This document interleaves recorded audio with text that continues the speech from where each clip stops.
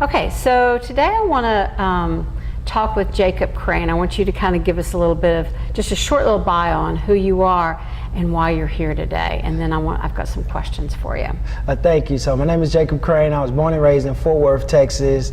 I kind of raised in Arlington as well, and so I spent some time here. I graduated from Fort Worth Country Day, and then I went to Hampton University to get my bachelor's. Then I moved to North Carolina, and I got my master's there at North Carolina State Agricultural University.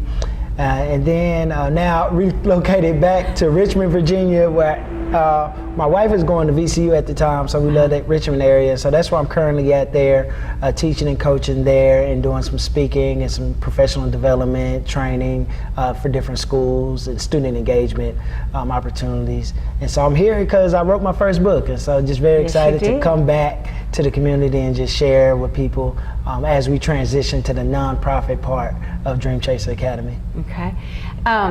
And I happen to know you through your mother. Your mother is Miss Regina Crane, and she is the principal over at the Phoenix Academy. And so I did you had a book signing last night. This is the book. And there's a couple things I just want to ask you about in here.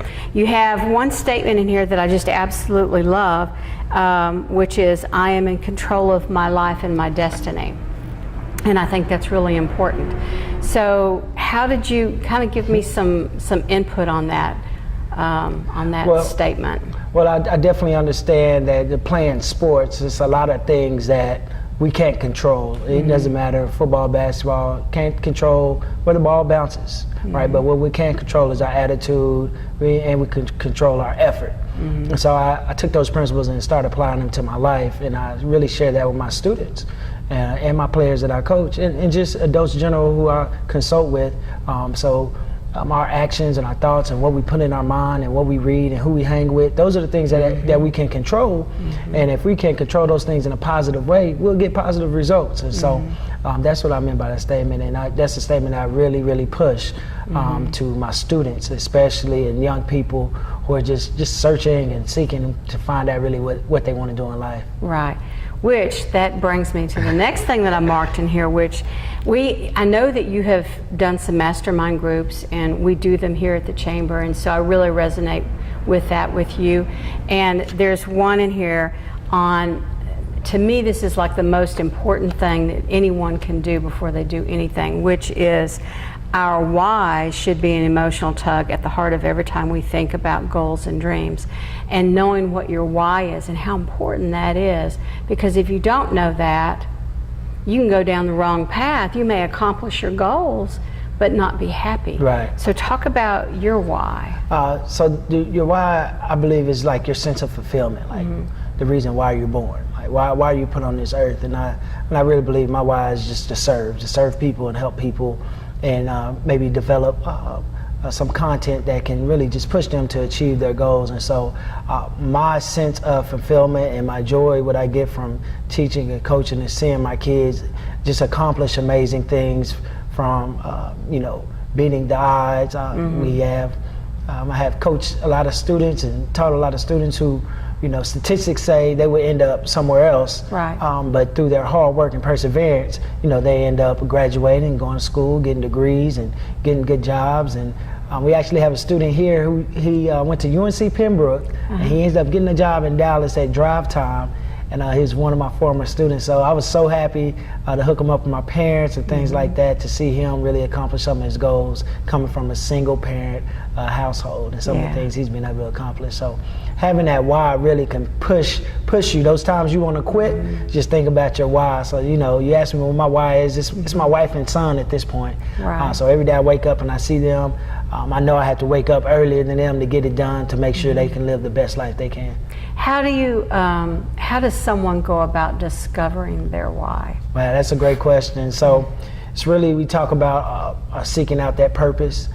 So I love to use like personality tests and skill assessments and figure out like what really makes you happy. And when you think about that, being an education and teacher, right, the salaries aren't appealing. And so coming out of college, I was like, do I really want to teach, or but when you really look at it, it's so many other ways you can, make money. The money is just a tangible object. I mean, you can get money however you want to, but just finding out what you're good at, and then using those skills to, see what makes you happy, and eventually the money will come in, however, you choose to make it. So finding out what you're good at, what makes you happy, and what skills can you use to serve other people. I think that will really help somebody find their purpose. Yeah.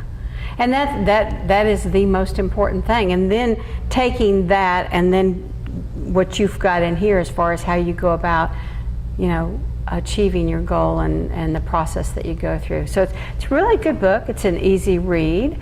So your website? The website is dreamchaseracademy.net. Okay. So real simple, it's dreamchaseracademy.net. It's the same thing on social media, Facebook, Dream Chaser Academy, and the book is also available on Amazon as well. Okay. What's up next for you?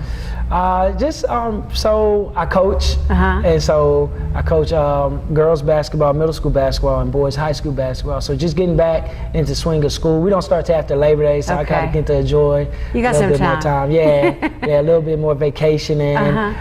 So just gearing up some more projects. Like we have a podcast that we have, so setting up a lot of people interviews on that. We also have a YouTube channel as well. The podcast is called Do What You Love, Love What You Do. So it focuses more on that purpose part. Yeah, so I invite people on the show who are just living their dreams, and they share their stories. Yeah, I recently read a book, Don't Do Stuff You Hate.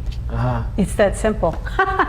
Well, thanks. I appreciate you stopping by, and I'm very glad to have met you, and hopefully when you move back this way again, we'll see you again. Thank you. Thank you, Ms. Williams. Thanks a lot. You.